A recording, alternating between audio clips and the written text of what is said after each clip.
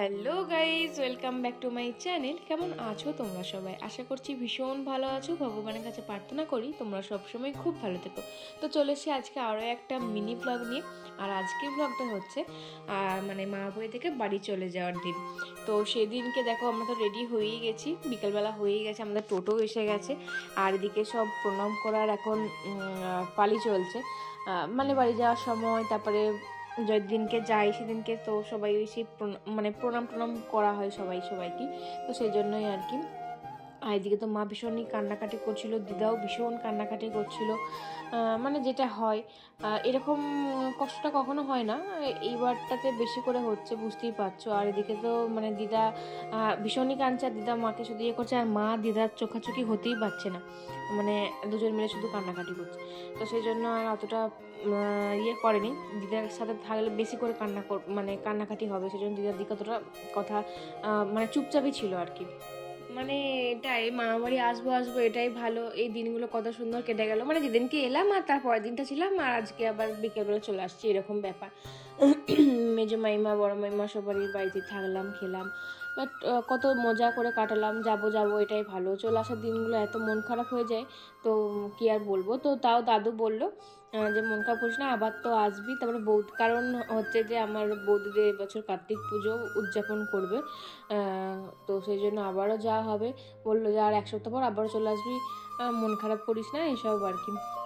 তো সেই জন্য অতটা মন খারাপ লাগছে না। আবারও যেহেতু সবার সাথে দেখা হবে, আসবো সবাই, তখন মাসিরা আরে আসবে, তখন আবারও তোমাদের সাথে ব্লগ শেয়ার করবো, খুব মজা হবে দেখবে।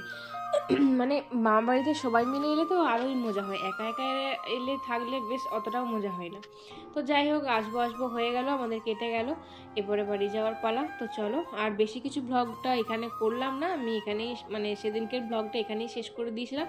তার যে ব্লগটা আর বাড়াবো না, এখানেই স্টপ করে দিই। কিন্তু না, হঠাৎ করে দেখো বাড়ি এসে আমি আর বড়দিদি আবারও বেরিয়ে পড়েছি। একটা ফোনের পরে একটা ফোন এলো, এই বললো, দেন আমি আর বড়দিদি আবারও বেরিয়ে পড়েছি শপিংয়ের জন্য। হঠাৎ করেই বলেছে, তো হঠাৎ করেই আমাদের আবারও শপিং করতে বেরিয়ে আসতে হয়েছে। আর এখন তো বাবা নেই যে বাবার সাথে বেরিয়ে পড়বো, বা বাবাই সব কিছু শপিং করে নিয়ে চলে আসবে। যা হচ্ছে যে এখন আমাদের আর টোটো ভাড়া দিয়ে দিয়ে তো আমরা অস্থির হয়ে যাচ্ছি। ভাইকেও সবসময় পাওয়া যায় না, ভাই নিয়ে যেতেও চায় না। এতই বাজার আরে বেরোতে হয় যে ভাই বলে যে না আমি পারবো না, তখন দায়ী থাকতো, তোদের সাথে আমি কিছু করতেও পারবো না। ওই টোটোটাই ভরসা, ভাগ্যিস টোটোগুলো হয়েছে, নাহলে যে কি হতো। আর আজকে আমার গলাটা ভীষণ কি হচ্ছে, আমি কথা বলতে পারছি না, ঠান্ডা লাগবে মনে হচ্ছে। তো যাই হোক, তারপরে প্রথমে আমি দণ্ডেশ্বরীতে চলে এসেছিলাম একটা গিফট নেব বলে। কার জন্য তোমরা নিশ্চয়ই বুঝতেই পেরে গেছো। হ্যাঁ, মেজদি ফোন করেছিল, কারণ মেজদিকে লক্ষ্মী ঠাকুর দিয়েছে। যেমন কার্তিক পুজোতে কার্তিক ঠাকুর দেয়, সেরকম কিন্তু এরকম রাস পূর্ণিমাতে লক্ষ্মী ঠাকুরও দেওয়া হয়। সেজন্য মেজদিকে তো কার্তিক ঠাকুর আর দেয়নি, আগের বছর দিয়েছিল, তো এই বছর আবার লক্ষ্মী ঠাকুর দিয়েছে। আমি বলছি এবার তোর লক্ষ্মীটাই বাকি আছে, লক্ষ্মীটাও করে নে।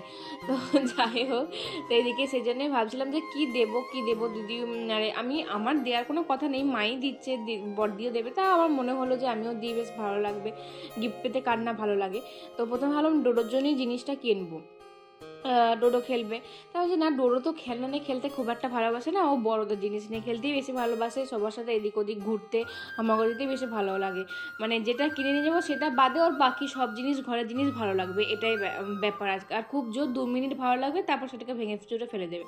তো ভাবলাম যে এসব না কিনে মেজদির জন্য ঘর সাজানোর জিনিসটাই কিনি, দেখি ওর হয়তো ভালো লাগবে। তো তারপরে আমি বললাম যে তুমি দেখাও, তোমার বেশি বাজেটের নয়, অল্প বাজেটের মধ্যে কি ভালো জিনিস আছে। তো আমার এই ল্যাম্প সেটটা বেশ ভালো লাগলো, আরও অনেক কিছুই দেখিয়েছিল, তো সেগুলো আমি আর দেখালাম না। কি নিচ্ছি না নিচ্ছি সেটা না হয় পরে গিয়ে সেখানে দেখতে পাবে। আর বড়দিদি কি দিল, বড়দিদিও প্রথমে ভেবেছিল যে শাড়ি আরে দেবে, তো তারপরে ও বললো যে শাড়ি তো সবাই দিচ্ছে, দেবে, বা ও শাড়ি তো পরে, ও ঘর সাজানোর জিনিস দিলে ও বেশি খুশি হবে। তো তারপরে বড়দিদিও দিল, কিন্তু কি দিয়েছে সেটা না হয় ও যখন গিফট খুলবে তখনই তোমরা দেখতে পাবে, ঠিক আছে? একটুখানি ওয়েট করে যাও। কালকে বা পরশু দিন যে ব্লগটা দেবো সেই ব্লগটাতে দেখতে পাবে। তো চলো, আমরা কিন্তু এখানে জিনিস কেনা হয়ে গেছে, এরপর যাব শাড়ির দোকানে বা কিছু। প্রথমে ভেবেছিলাম যে মেয়েদের জন্য লং স্কার্ট নেবো, তো লং স্কার্ট দেখতে এসেছিলাম। লং স্কার্ট ওই মানে রাস্তার ধারে ধারে যে দোকানগুলো আছে সেইখানটাতেই এসেছিলাম, কারণ মেয়েদের বড়দিদি যাবে শ্বশুর বাড়ি একবার, শ্বশুর বাড়ি থেকে কিছু নেওয়ার আছে, শাড়ি আরে যাবে যেহেতু শাড়ি টাড়ি পরবে, সেজন্য শাড়ি আরে নেওয়ার বা চুড়িদার নেওয়ার এরকম কিছু একটা ব্যাপার ছিল, সেজন্য ও শ্বশুর বাড়ি যাবে। তো সেজন্য আবার এই দিকটা দিয়ে এলাম চৌরাস্তা দিকে।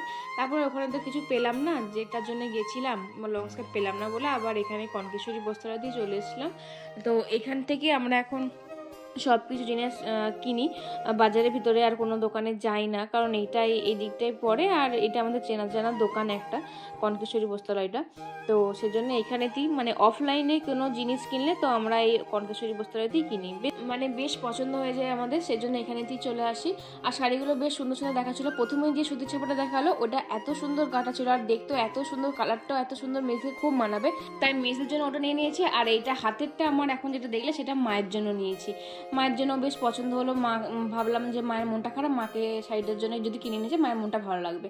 তারপরে এটা নিলাম ডোডোবাবুর জন্য, আর এইটা বড়দিদি ডোডোবাবুর জন্য নিয়েছে, ওটাও একটা বেশ গেঞ্জি ফুল হাতা, আর ওই রকমই সেম লাল কালারের নিয়েছে একটা সানার জন্য। তো ডোডোর জন্য কি সানার জন্য কিনবো না সেটা তো হতে পারে না, তাই আমাদের বাড়ি থেকে সানার জন্য একটা কেনা হলো।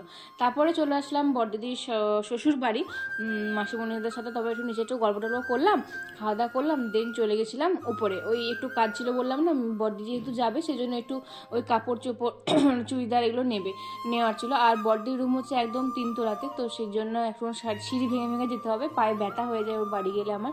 আগে তো অনেক ব্লগ টলগ করেছি, আসতাম, এখন তো আর খুব একটা আসা হয় না, বড়দি তো পুরো রাত্রি বেশিরভাগ থাকে, আর এখন তো একটা কাজের জন্য আমাদের বাপের মানে ও বাপের বাড়িতেই আছে, অন্য কোথাও থাকলে হবে না, সেই কারণেই। তো একটুখানি ঘুরে দেখিয়ে দিলাম। তো চলো, আজকে ব্লগটা কেমন লাগলো সেটা কিন্তু অবশ্যই জানাবে, ভালো লাগলো অবশ্যই লাইক কমেন্ট শেয়ার করে, দেখা হচ্ছে পরের ব্লগে, বাই।